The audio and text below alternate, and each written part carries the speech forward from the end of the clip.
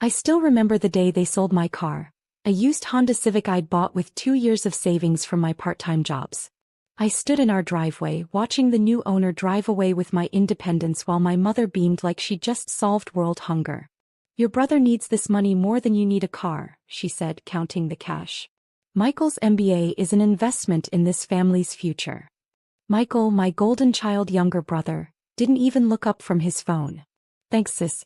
I'll totally make it up to you once I'm a big shot executive." I was 22, fresh out of college with a computer science degree they hadn't bothered to attend the graduation for.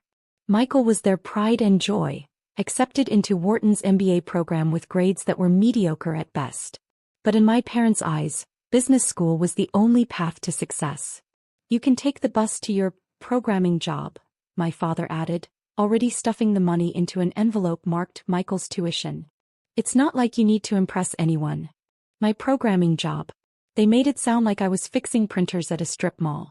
In reality, I just landed a junior developer position at Eclipse Technologies, one of the fastest-growing software companies in Boston. But they'd never bothered to ask the details.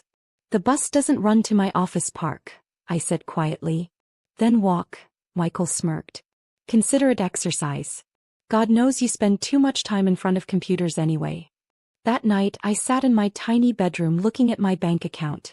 The car money would have covered my deposit on an apartment near work. Instead, I was stuck living at home watching Michael pack for his bright future, while my parents fawned over his every move. My phone buzzed, a message from Alex Chin, my team lead at Eclipse. "Your code for the security patch is brilliant. Want to grab coffee tomorrow? Have an interesting proposition for you." That coffee meeting changed everything. Alex had spotted something in my work that others had missed. He was leaving Eclipse to start his own company, focusing on AI-driven cybersecurity. He wanted me as his first hire.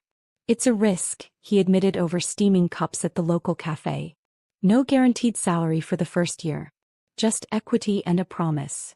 I thought about my parents' dismissal, Michael's smirk, the empty space in our driveway where my independence used to park. "I'm in." For the next 6 months I worked 2 jobs. Days at Eclipse, nights and weekends with Alex in his garage-turned-office. My parents barely noticed my absence. They were too busy FaceTiming with Michael, cooing over his business school adventures. "He's networking with future CEOs," my mother gushed at dinner one night. "Meanwhile, you're still playing with computers in some startup." If she'd bothered to check, she'd have known that some startup had just secured its first major client, a Fortune 100 bank desperate for our AI security solutions. But I kept quiet, remembering Alex's words about staying under the radar until we were ready. The first year was brutal. I slept on Alex's couch after we lost the garage office, coding until my eyes burned. My parents' constant updates about Michael's successful business school career became background noise. "He's got an interview at McKinsey," my father announced proudly. "Now that's a real career." I nodded, not mentioning that our startup, now named Quantum Shield, had just been valued at $50 million after our series of funding. Alex and I had celebrated with cheap champagne in our new office. A real office with actual furniture and a view of the Boston skyline. 3 years passed. Michael graduated with his MBA, his future supposedly secured. My parents threw him a lavish party, inviting everyone they knew to celebrate their son's achievement. "Michael's already interviewing at top firms," my mother told anyone who would listen. "Unlike some people who waste their time with risky ventures." I showed up late to the party, having just finished a meeting with our board. Quantum Shield had grown beyond our wildest dreams. Our AI security systems protected banks, governments, and tech giants. We'd opened offices in 3 countries. And I hadn't told my family any of it. "Oh, you came," Michael said, champagne in hand. "Still doing that coding thing?" I smiled, thinking of the nameplate on my corner office. "Alexandra Matthews, Chief Executive Officer." "Something like that." "Well, not everyone can be successful," he said with fake sympathy. "But hey, at least you're employed." "Sort of." My phone buzzed. "Our head of HR. Final candidate list for executive positions is ready for your review.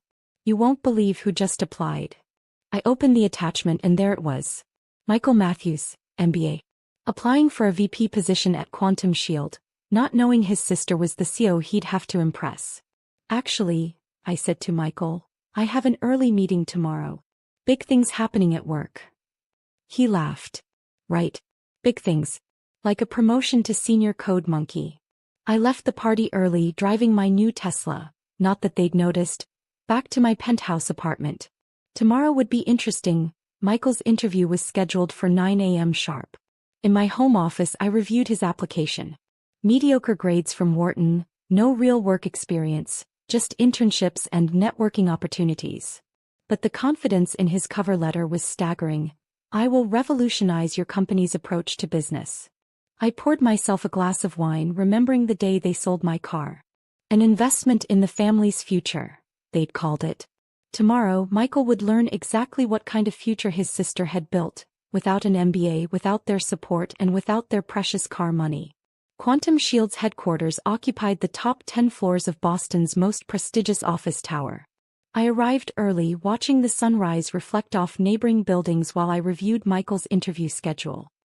He's waiting in the lobby, my assistant Emma reported, wearing a suit that probably cost more than his first month's salary would be, if we were actually considering hiring him. I smiled, remembering Michael's designer wardrobe, all funded by our parents' investment in his future. How's he acting? Like he already owns the place. He told reception to make sure Matthews knows he's here early. Apparently he thinks that's impressive. I checked my appearance in the office's glass wall designer suit CO badge, the quiet confidence that came from building a billion-dollar company from nothing. Let's not keep him waiting. Send him to conference room A. But first, give me the full report from his preliminary interviews. Emma handed me a tablet. It's interesting. He talked over the HR director, mansplained cybersecurity to our female VPs, and told the board member he interviewed with that their current business model was outdated. Sounds like Michael. I scrolled through the notes. Has he figured out who I am yet? No. He assumes Matthews is a man. Called you him several times during the process. Perfect. I gathered my materials and headed to the conference room, remembering all the times Michael had dismissed my work as playing with computers. He stood when I entered, his practiced MBA smile freezing as recognition hit. Alex. That's Ms. Matthews to you. I sat at the head of the table. Or CO Matthews if you prefer formality. He sank back into his chair, face draining of color. This is your company? Quantum Shield. Yes. That coding thing you've mocked for years built this. I gestured to the view of Boston spread out below us. Though I'm surprised you didn't know. We're quite well known in the business world you claim to understand so well. But you're just a programmer. A programmer who built a billion-dollar company while you were learning PowerPoint at Wharton. I opened his resume. Speaking of which, let's discuss your application. Michael's confidence visibly crumbled as I went through his experience point by point. Every internship, every leadership opportunity, suddenly seemed small in the face of what I'd accomplished. Your grades were mediocre, I noted. But I'm sure that car money helped cover tuition. He flinched. Alex, listen, about the car. Ms. Matthews, I corrected. And I'm not interested in apologies. I'm interested in why you think you're qualified for an executive position at my company. I have an MBA from Wharton. Yes, you mentioned that 6 times in your cover letter. What else? Silence. No major accomplishments? No revolutionary ideas? Just daddy's money and a degree. I closed his file. Tell me, Michael, how's that MBA working out? He straightened his designer tie, trying to recover. Look, we're family. Surely that counts for something. Family. I laughed. Was I family when you took my car? When you dismissed my career? When you and our parents treated me like a failure? That was years ago. People change. Yes, they do. I pressed the intercom. Emma, please escort Mr. Matthews out. And make sure his application status is updated to rejected, not qualified. Wait. He stood up desperately. Mom and Dad will be devastated. They've been telling everyone about this interview. I thought about all the parties, all the celebrations of Michael's achievements while they ignored mine. They'll survive. Though you might want to update them on who's really successful in this family. As security arrived to escort him out, his face turned ugly. You're doing this for revenge. No, Michael. I'm doing this because you're not qualified. Your MBA doesn't entitle you to success. I turned back to my work. The bus stop is 2 blocks east. Consider the walk exercise. After he left, Emma brought in my next meeting's materials. Your mother's called 6 times already. Send them an email, I said. Official company letterhead. Dear Mr. and Mrs. Matthews, thank you for your son's interest in Quantum Shield. Unfortunately. Want me to add that the CO sends her personal regrets? No. I smiled. Add that the position has been filled by someone with actual experience. Someone who didn't need a car sold to fund their future. That evening as I drove my Tesla home, my phone exploded with family messages. My mother's panic was palpable. Why didn't you tell us? We would have supported you. My father tried guilt. Family should help family succeed. Michael sent a single text. You've ruined everything. I parked in my building's private garage thinking about that empty driveway years ago. No, I typed back. I built everything. Without your MBA. Without their support. And without that car. The next day, the Business News announced Quantum Shield's latest acquisition, a struggling consulting firm that specialized in MBA placement. My first executive decision? Implementing a new hiring policy that prioritized practical experience over business school degrees. When Michael's next job application crossed my desk, this time for an entry-level position, I had Emma send our standard rejection letter. At the bottom, I added a personal note. Perhaps try learning to code. I hear it's more valuable than PowerPoint skills. Sometimes success isn't about proving others wrong. Sometimes it's about building something so magnificent that their expectations become irrelevant.